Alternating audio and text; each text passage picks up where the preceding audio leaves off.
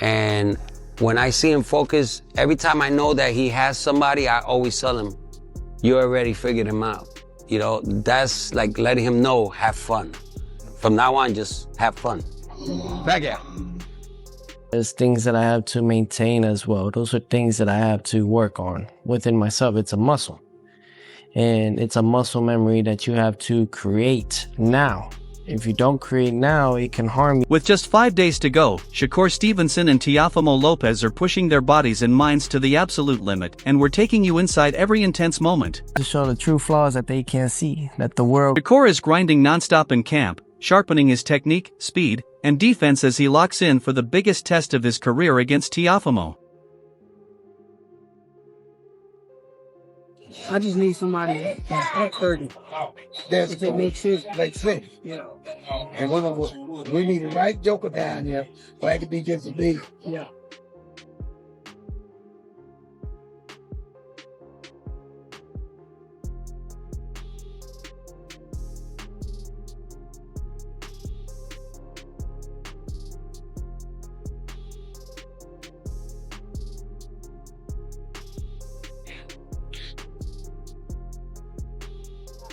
And they get kind of aggressive and open up. Correct. And I could catch them kind of easily. Yeah, you can catch me. Teofimo keeps his approach clean and simple, staying healthy, sharp, and explosive while conserving energy for fight night.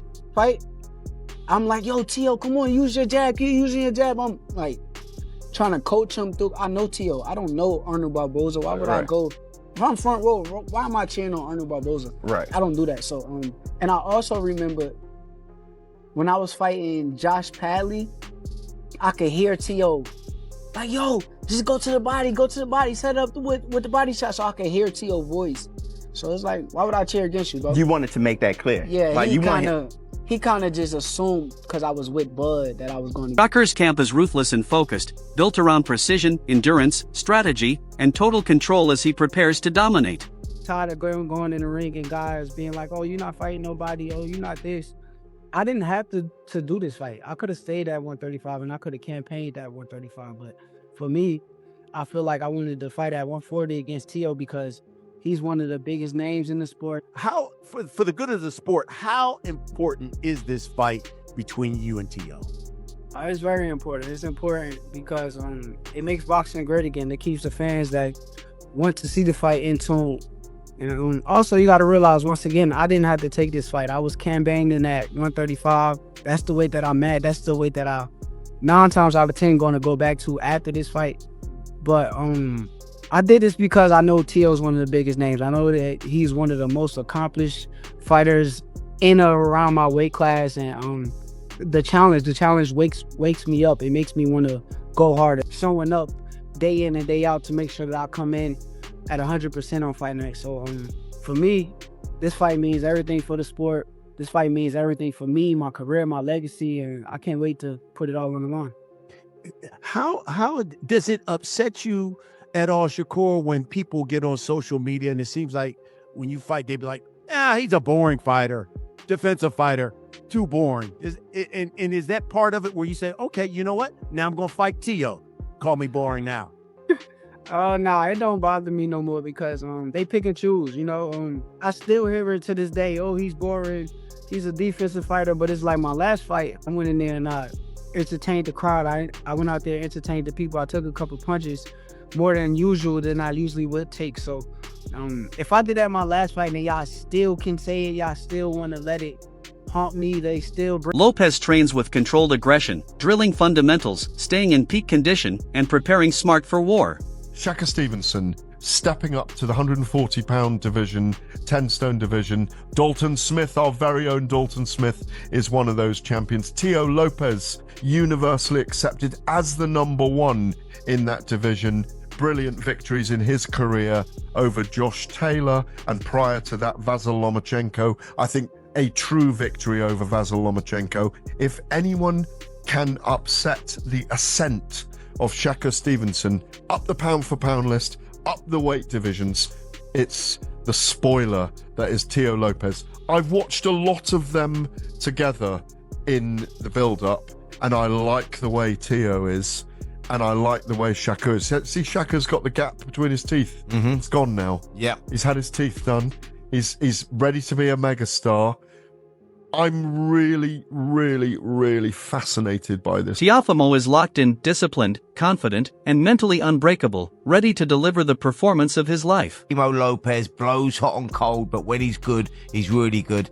Vasyl Lomachenko was an outstanding performance. Then he got derailed by George Kambosos in the fight after that and just seemed to lose his way a little bit, but in recent times looks back to his best. It's a fascinating fight. This, for me, is all about whether Shakur Stevenson can step up and bring the greatness. He's daring to be great, and I think that Terence Crawford done it against Canelo Alvarez, and I believe that Shakur Stevenson does it against Teofimo Lopez in a fascinating fight. You know, if you're a boxing fan, for the boxing purist, the sweet science between these two, you watch the technical stuff that goes in there, might not go down as one of the greatest fights there ever was. This could be a real standoff, a real technical fight, but both guys, their IQ is insane, and this is the best fight in boxing today.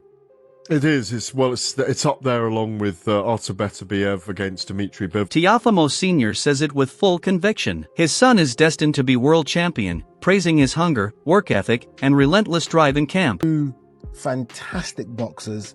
Shakur, pound for pound, top 10. Teo, maybe just outside it. Maybe like 12th or 13th in my pound for pound rankings. But obviously a win for Teo would take him into the top 10. A win for Shakur, I mean, there's an argument to say he could be number one. There's an argument to say you could be number one if you are about to win your I don't know what belt, but your fourth weight division. Could be number one. I think this is such a good matchup, and I think too many people are sleeping on Teofimo Lopez without realizing Teofimo Lopez has done the best homework you can do in preparation for Shakur. And what I mean by this is Shakur is a slick southpaw, right? Elite boxing southpaw in Vasyl Lomachenko. Most people hate fighting southpaws. They're tricky, right? You don't get a good enough sparring for them. There are simply more orthodox fighters than southpaw fighters. So you grow up fighting orthodox fighters. So when you fight a southpaw, it's like, my God, what am I doing? He has fought two of the best southpaws of the last 10 to 15 years in Josh Taylor and Vasyl Lomachenko. And he's beaten them both. So he's had the perfect preparation. And removing Josh Taylor, because Josh Taylor, although a very good boxer, isn't as slick as Shakur Stevenson. Loma is.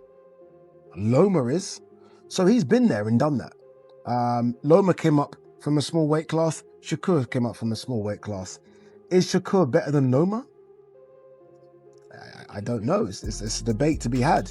What I'm getting at is that Teofimo Lopez will not be scared of fighting a slick south. Or on the draw back of traps, you know, you come in 5 inches, he goes back 7, and he counters the crap out of you. He stood his ground, and he punched. And he still got the better of it with the sweet science, being defensively responsible, but without having to be less entertaining. He was more entertaining. He satisfied people. He made people, they said, that's what we wanted in Shakur. And they got it. Now he's a big favorite, or a good favorite. You know the lines better than me, but he's a good favorite.